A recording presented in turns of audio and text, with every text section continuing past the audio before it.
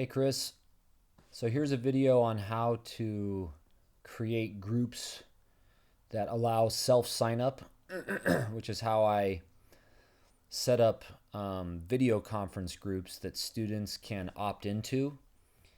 And the key is that first of all, the whole class has the responsibility of joining their discussion group for a week.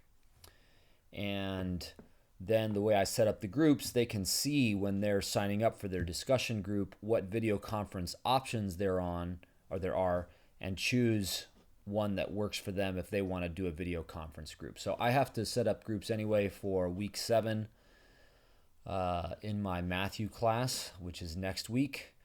And so I thought I'd just record myself doing that so you can see how it works. So you come to people, and these are the groups that I have now forming this week, week 6. I want to add a new group set for next week that I'll call week 7. And you see this option right here, allow self sign up. You click that.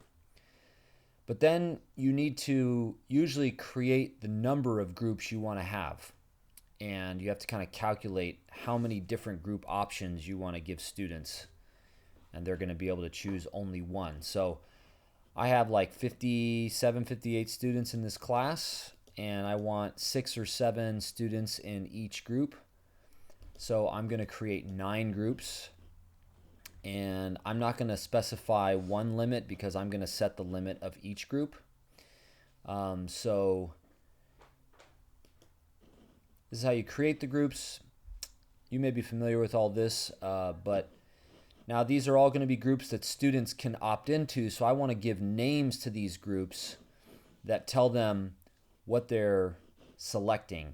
I'm going to have 4 of these groups be non-video conference options for students that can't do it this week. And I usually choose like group names that come from the section of a narrative in this case that we're studying. So we're going to have a group called Chief Priests. It's a non-video conference option, so I'm going to allow for 7. There will be another group that will be Elders. I'll allow that to be 7. And then there will be another group. So you don't have to watch me do all this.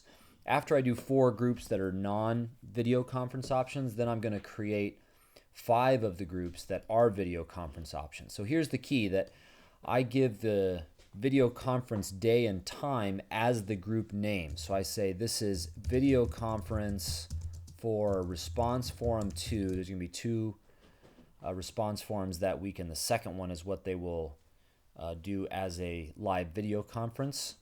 Whereas the first forum response, they'll all contribute written responses, or sometimes I let them do audio or video contributions, but they're asynchronous. And then this is going to be the one synchronous video conference. So video conference for response forum 2, and let's say I'm going to have this one Saturday, February, what's the next Saturday? 20th at 10 a.m. Pacific Standard Time. And then for reasons that I won't bother to clarify for you, I find it's helpful if I add the week there. That helps me keep track of stuff later. I usually keep the video conferences to 6 students for like a 1-hour discussion, something like that. Sometimes I push it to 7. And this is going to be the maximum. They usually do fill up. Occasionally I get a small group, but usually they fill up. So now you can see that this is the next group that's available. Let me just put another one so you get the idea here. This will be another video conference, and let's say for response forum 2, and this one will be Sunday, February 21st at 4 p.m. Pacific Standard Time. I'm going to let 6 students opt into it. Okay, so this is how they will have these options. So how do the options work? Well, I send them a video a lot like the one I'm recording for you. I put it in like student mode, so they they can see on the video what they're going to see on their Canvas page. And they go to people, they come to this screen, they select week 7, and then along the side here, I mean, they're going to see all the groups that are available actually for the whole course. I'm just realizing here that I forgot to add week 7 to this one. So they're going to come to people and see all the groups that are available for the course, and they have to scroll down to the week 7 groups, and there will be an icon on the right that's either locked or unlocked showing whether or not there's still room in the group. And so if it's not full, then they can select it and they can enter that group. And then that becomes their discussion group for the week, both for asynchronous stuff and in this case for the video conference. And because they've been able to see these time and day options as they're looking at the available groups for the week, then they can decide which one they have the availability to be able to join. This does require that students enter their own discussion groups, which can sometimes be a challenge, instead of you assigning those for students. But I found that it works pretty well. I sometimes have to do a little prodding, but for the most part, they get an announcement from me at the beginning of the week saying that you've got to join your discussion group for your work for this week by Wednesday. And then I see that I can see what groups they're joining on my end.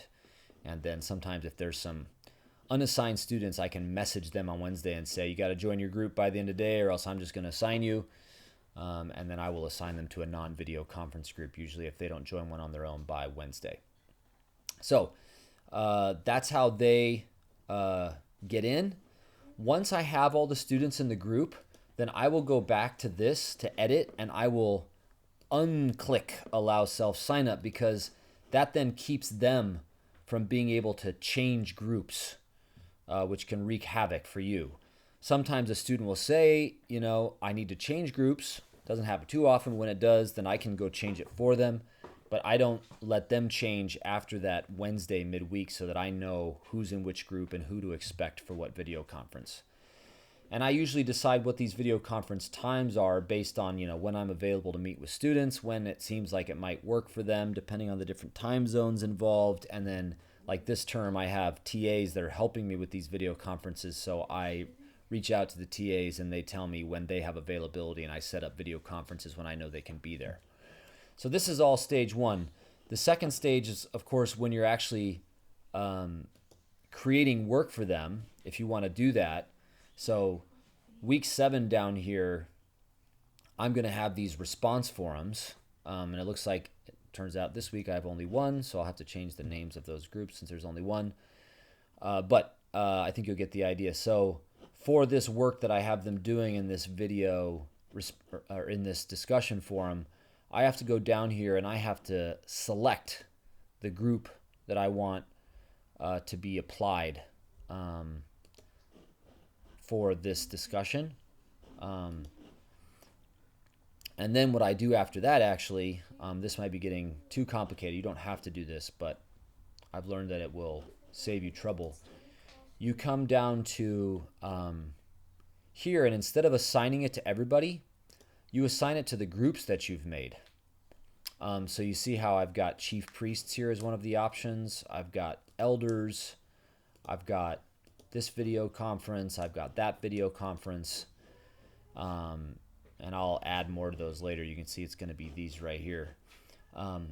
Anyway, so now this forum is set up, and you can see at the top that it actually has specified the groups that will carry on this discussion forum. And by setting it up the way I did, students will not be able to post to this forum until they have joined a group. And that saves me a lot of headache, where sometimes when I let them sign up for their own groups, they forget to do it. They start posting to the forum. It ends up going into like Canvas no man's land. They think they've posted. I can't see it. Nobody can interact with it. So this can help deal with that problem. So hopefully that's somewhat clear. Tell me if I lost you at some point. and we can also just get on the phone, I suppose, and figure this out. Hope that helps.